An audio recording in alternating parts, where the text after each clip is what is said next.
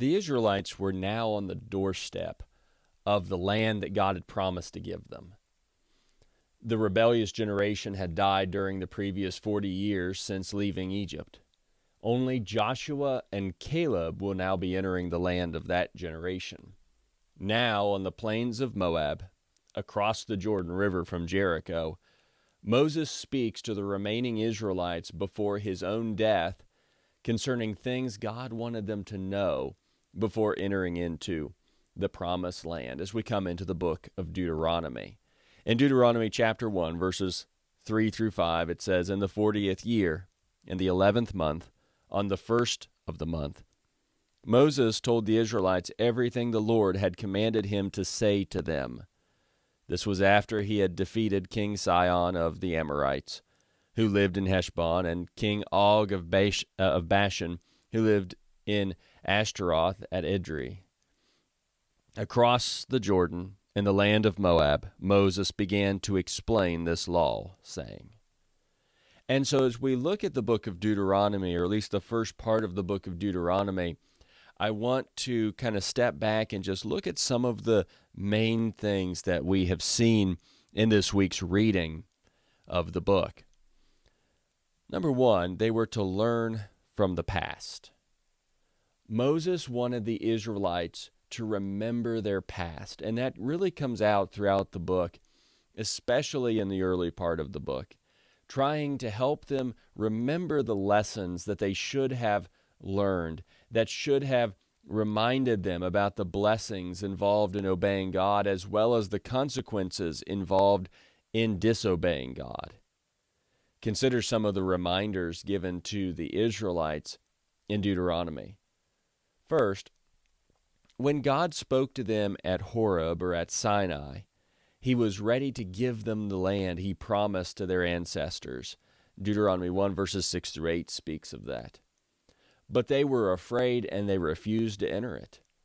Deuteronomy chapter 1 verses 26 and 27, Moses told them, "But you were not willing to go up. You rebelled at the command of the Lord your God. You grumbled in your tents and said, 'The Lord brought us out of the land of Egypt to hand us over to the Amorites in order to destroy us because he hates us.'" And so they needed to remember how their ancestors had refused to go into the land that God's now prepared to give them, and that there were consequences for that. That because they did not trust in God, all of that generation would not go into the land, except, of course, for Joshua and for Caleb. Deuteronomy 1 verses 34 and through 36. "When the Lord heard your words, he grew angry and swore an oath. 'None of these men in this evil generation will see the good land I swore to give your ancestors, except Caleb, son of Jephunneh. He will see it, and I will give him and his descendants the land on which he has set foot, because he remained loyal to the Lord.'" So, again, you think about this generation who are now preparing to enter the land. They needed to remember the faithless generation before them, and that was the reason why they're not going into the land, that they died in the wilderness. Second, we see the reminder that God led them through a time of wilderness wandering until all of that rebellious generation died. Deuteronomy 2 verses 13 through 15, the Lord said, "Now get up and cross the Zered Valley." So we crossed the Zered Valley.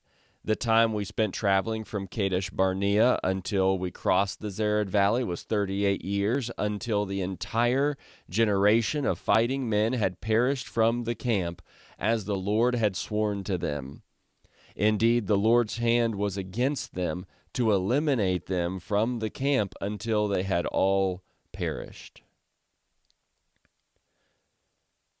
This was the consequence. And all of this time of wandering that they have now experienced, you need to remember, that's because of your rebellion against God.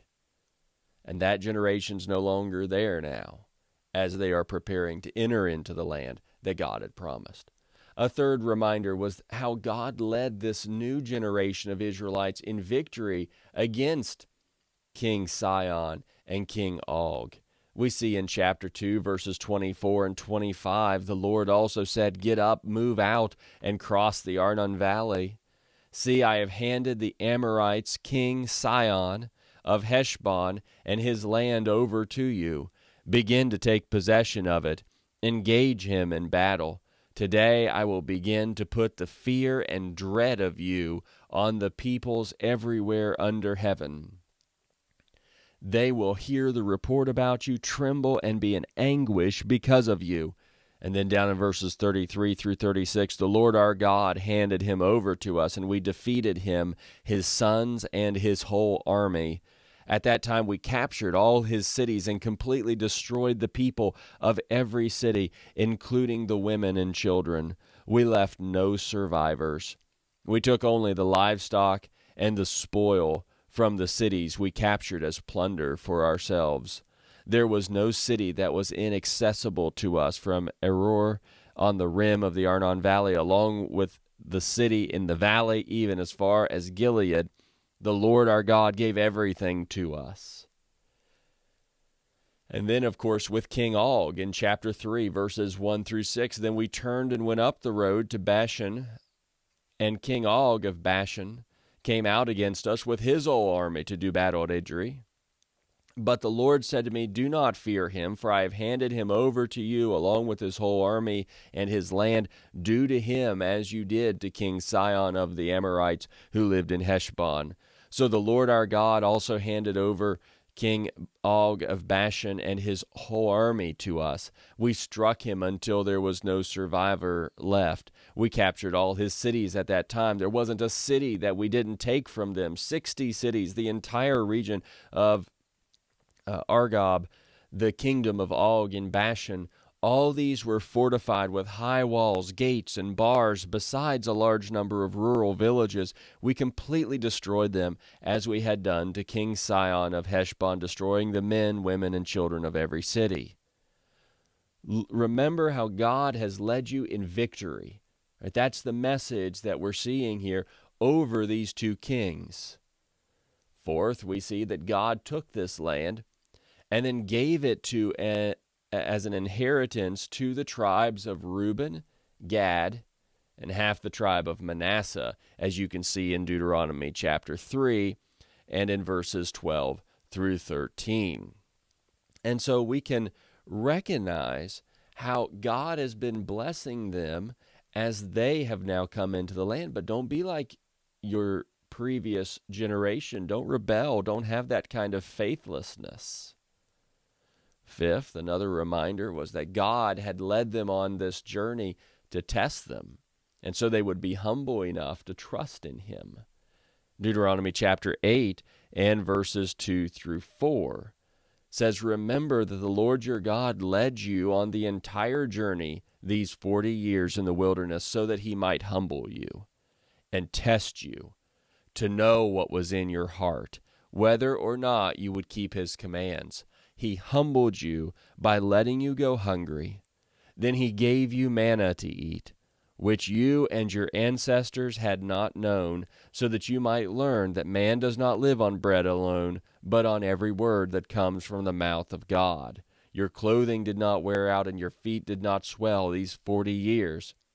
Down in verses 15 through 18, he led you through the great and terrible wilderness with its poisonous snakes and scorpions, a thirsty land where there was no water. He brought water out of the flint rock for you. He fed you in the wilderness with manna, which your ancestors had not known, in order to humble and test you, so that in the end he might cause you to prosper. You may say to yourself, my power and my own ability have gained this wealth for me. But remember that the Lord your God gives you the power to gain wealth in order to confirm his covenant he swore to your ancestors as it is today. So remember, this has been a test for you. Are you humble enough to trust in God? Remember how God provided for you is a lot of the message of this text. But sixth, another lesson that they were to learn from the past was that they had a rebellious history that then caused the Lord to punish them along the journey from Egypt. In Deuteronomy 4, verses 3 and 4, your eyes have seen what the Lord did at Baal Peor. For the Lord your God destroyed every one of you who followed Baal of Peor, but you have remained faithful to the Lord your God, and all are alive today. So those who had rebelled in that situation there at Peor, where they prostituted themselves with the women of Moab, and when they worshipped Baal, that those individuals were punished. Those who did not were spared. Those who did not were kept alive. Remember that lesson. Deuteronomy chapter 9, verses 7 through 8. Remember and do not forget how you provoked the Lord your God in the wilderness. You have been rebelling against the Lord from the day you left the land of Egypt until you reached this place. You provoked the Lord at Horeb, and he was angry enough to destroy you.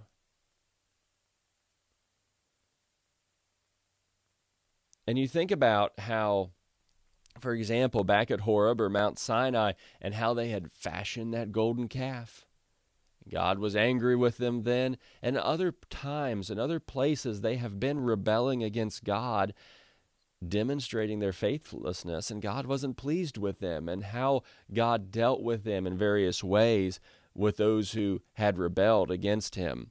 In Deuteronomy 9, verses 22 through 24, you continued to provoke the Lord at Taberah, Massa, and Kibroth Hattaavah. When the Lord sent you from Kadesh Barnea, he said, go up and possess the land I have given you. You rebelled against the command of the Lord your God. You did not believe or obey him. You have been rebelling against the Lord ever since I have known you. Again, they have a history of rebellion, at least that prior generation, and it didn't go well with them, and they needed to learn from that. Seventh, as they learned from the past, they need to remember they had seen the Lord do great things. Chapter 11, verses 2 through 7 says, understand today that it is not your children who experienced or saw the discipline of the Lord your God, his greatness, strong hand, and outstretched arm, his signs and the works he did in Egypt to Pharaoh, king of Egypt, and all his land, what he did to Egypt's army, its horses and chariots, when he made the water of the Red Sea flow over them as they pursued you, and he destroyed them completely. What he did to you in the wilderness until you reached this place, and what he did to Dathan and Abiram, the sons of Eliab the Reubenite, when in the middle of the whole Israelite camp the earth opened its mouth and swallowed them, their households, their tents, and every living thing with them. Your own eyes have seen every great work the Lord has done. Think about all these things, and he mentions a few of them here, that this generation, though they were younger, had seen the Lord do through this time. From the time they were in Egypt and now as they've been in the wilderness, they have seen tremendous things. And all of these things should have deeply been implanted in their minds and should impact their lives moving forward, and how they were to trust in God and were to teach them to their children and to their grandchildren. Chapter 4 and in verse 9 says, only be on your guard and diligently watch yourselves so that you don't forget the things your eyes have seen, and so they don't slip from your mind as long as you live. Teach them to your children and your grandchildren. So they were to learn all these lessons from the past, and they were to pass them on. Tell them these things. Remember them when you come into the land as well. But next, as we continue to think about what we have seen in this early part of the book of Deuteronomy, we see that they were to be careful to obey God. Moses wanted the people to learn from the past not just so that they would have really interesting stories to tell, but so they would recognize the need to carefully obey God as he brought them into the promised land. You know, the concept of being careful to remember God, it's found often throughout Moses' speeches in the book of Deuteronomy. As you've read through, you've seen how often he's come back to this theme. We'll just look, for example, in Deuteronomy 5, verses 32 and 33. He says, "Be careful to do as the Lord your God has commanded you. You are not to turn aside to the right or the left. Follow the whole instruction the Lord your God has commanded you, so that you may live, prosper, and have a long life in the land you will possess." Be careful to do what your Lord your God has told you to do. You can also read chapter 6, verses 1 through 3, chapter 6, verses 17 through 19, chapter 8 and verse 1, chapter 8 and verse 6, chapter 12 and verse 1. All these passages are reminding them, be careful to obey God. And the nature of their careful adherence to God's laws was such they were not to add anything to them, and they weren't to take anything away from them. Look in chapter 4, verses 1 and 2. Now Israel, listen to the statutes and ordinances I am teaching you to follow, so that you may live, enter, and take possession of the land the Lord your God, the Lord, the God of your ancestors, is giving you. You must not add anything to what I have commanded you, or take anything away from it, so that you may keep the commands of the Lord your God I am giving you. Don't add to it. Don't take away from it. Be careful to observe what God has said. You can see the same point made over in chapter 12 and verse 32. These laws of God were to be deeply ingrained within them, so they would also be able to teach them diligently to their children. Chapter 6, verses 4 through 9. Listen, Israel, the Lord our God, the Lord is one. Love the Lord your God with all your heart, with all your soul, and with all your strength. These words that I am giving you today are to be in your heart. Repeat them to your children. Talk about them when you sit in your house, when you walk along the road, when you lie down, and when you get up. Bind them as a sign on your hand, and let them be as a symbol on your forehead. Write them on the doorposts of your house and on your city gates. Ingrain them in your own heart. Apply them in your own life, and teach them diligently to your children. If they would be careful to obey God, they would experience his blessings. Chapter 11, verses 8 and 9, for example, keep every command I'm giving you today, so that you may have the strength to cross into and possess the land you are to inherit, and so that you may live long in the land the Lord your God, the Lord swore to your ancestors to give them and their descendants, a land flowing with milk and honey. And you can go on, you can read verses 13 through 15 and other passages in this chapter and just see how they would be blessed. They would receive God's blessings when they were careful and diligent to keep the Lord's commands. In fact, when their children would ask about the meaning of these decrees and statutes of God, they were to remind them of what God had done for them.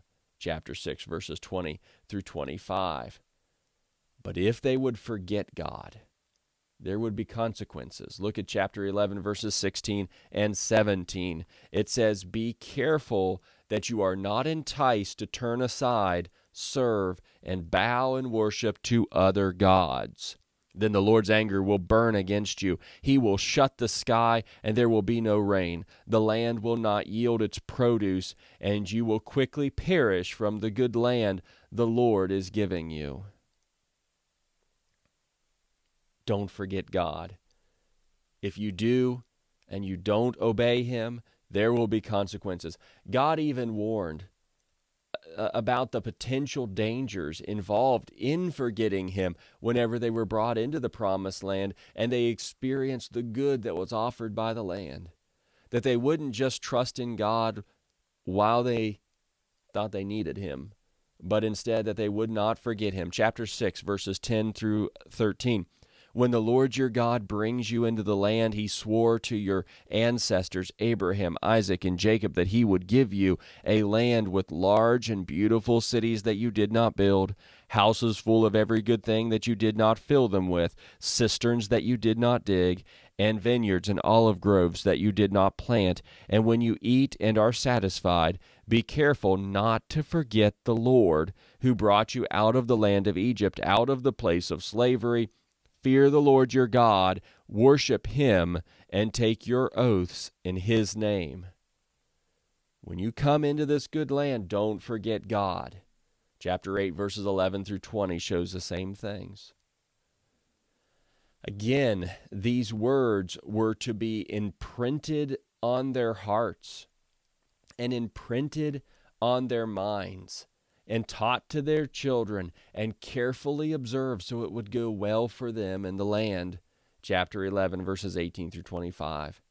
And therefore they had a choice to make between receiving God's blessings or receiving his curses. Chapter 11, verses 26 through 32. There were, of course, a variety of laws that God required the Israelites to obey, as we've seen throughout the books of Exodus and Leviticus and Numbers. As it was summarized, however, Moses said, God required them to fear Jehovah God by walking in all his ways, loving him and worshiping him with all their heart and soul. Deuteronomy 10 and verse 12. And now, Israel, what does the Lord your God ask of you? Except to fear the Lord your God by walking in all his ways, to love him, to worship the Lord your God with all your heart and all your soul. Well, they were to recognize these laws and keep all these laws, recognizing they were the ones who had been chosen by God. Let's continue this text in verses 13 through 16. Keep the Lord's commands and statutes I'm giving you today for your own good. The heavens, indeed the highest heavens, belong to the Lord your God, as does the earth and everything in it. Yet the Lord had his heart set on your ancestors and loved them. He chose their descendants after them. He chose you out of all the peoples as it is today. Therefore circumcise your hearts and don't be stiff-necked any longer. So then, throughout the book, Moses reminded the Israelites of specific laws God had given them, including the Ten Commandments in chapter 5, verses 1 through 21, the appointed times of festivals in chapter 16, verses 1 through 17, and many other laws they were to remember when they came into the land.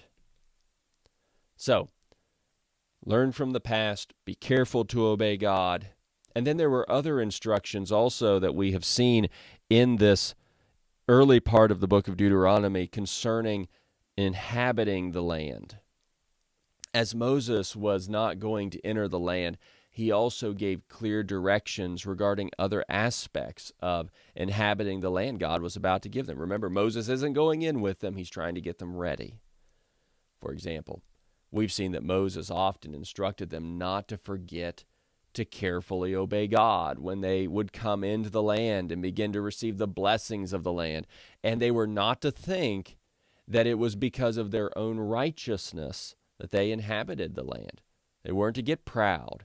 Deuteronomy 8, verses 17 through 20.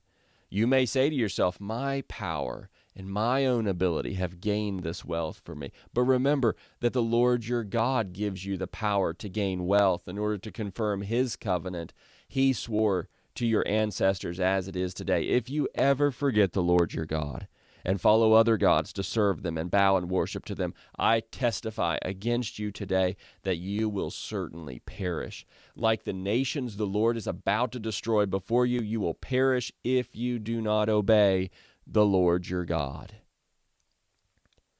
If you think it's by yourself, you're mistaken. And if you become like the other nations, you're going to be destroyed like the other nations. Chapter 9, verses 4 through 6. When the Lord your God drives them out before you, do not say to yourself, the Lord brought me in to take possession of this land because of my righteousness.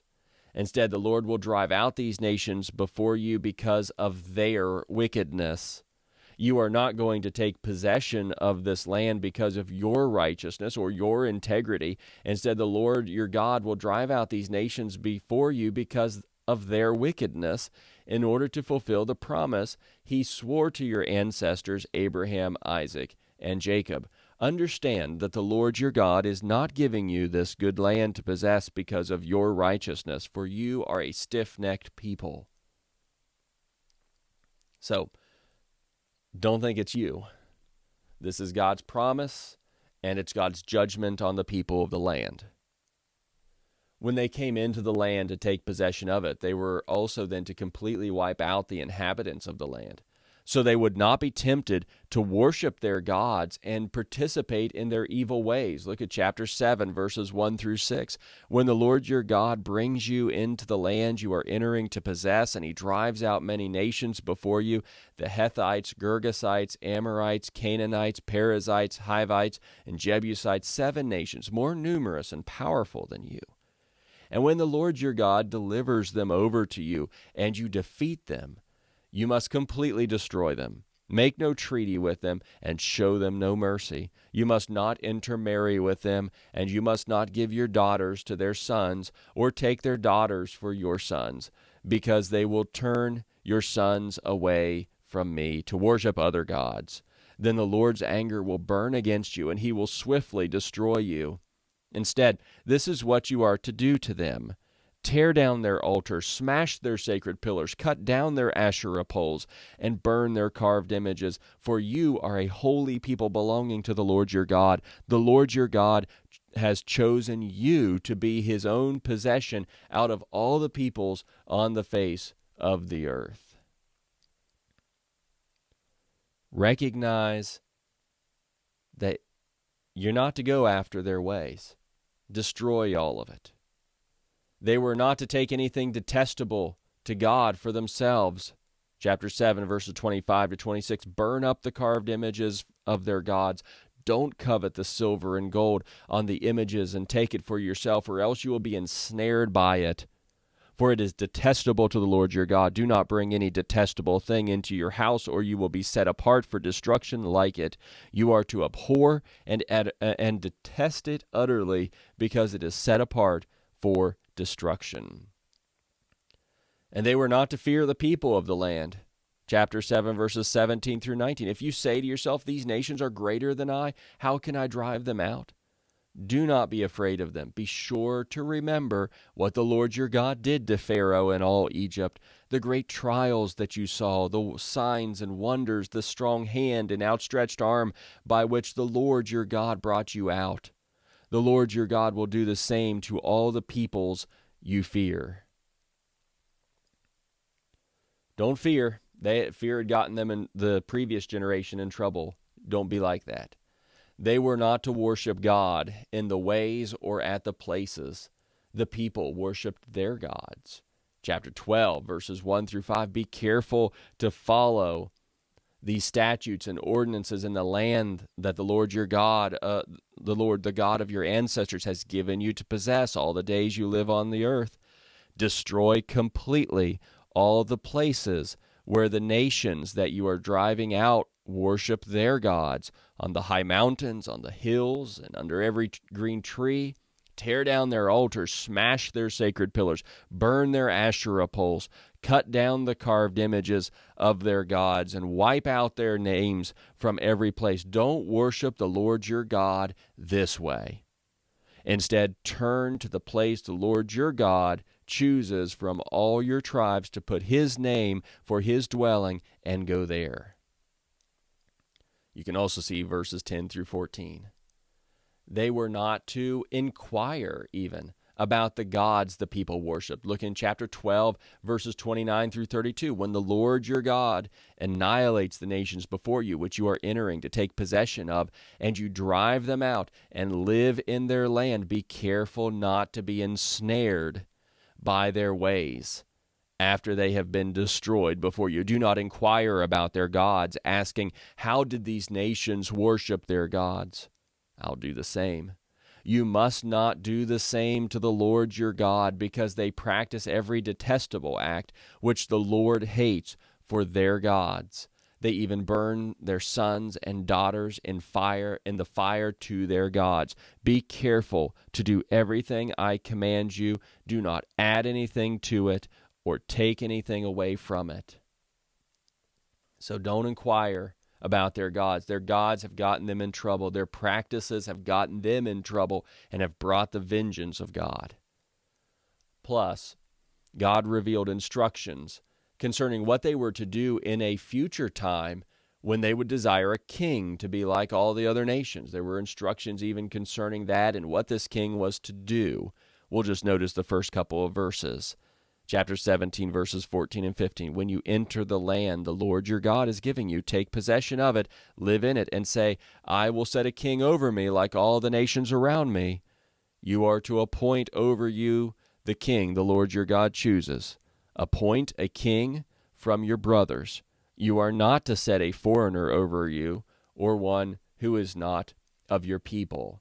And there were other instructions that this king was to do and not to do, and so forth. And you need to remember that as we move forward. There's a time coming when there's going to be a king that they want over them to be like all the other nations.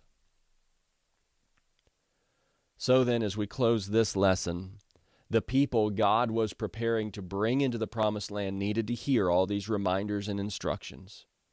For if they would be like their ancestors and be rebellious, they would suffer the same fate as their ancestors. However, if they would carefully obey the ways of God, God would bless them, and it would go well for them in the land.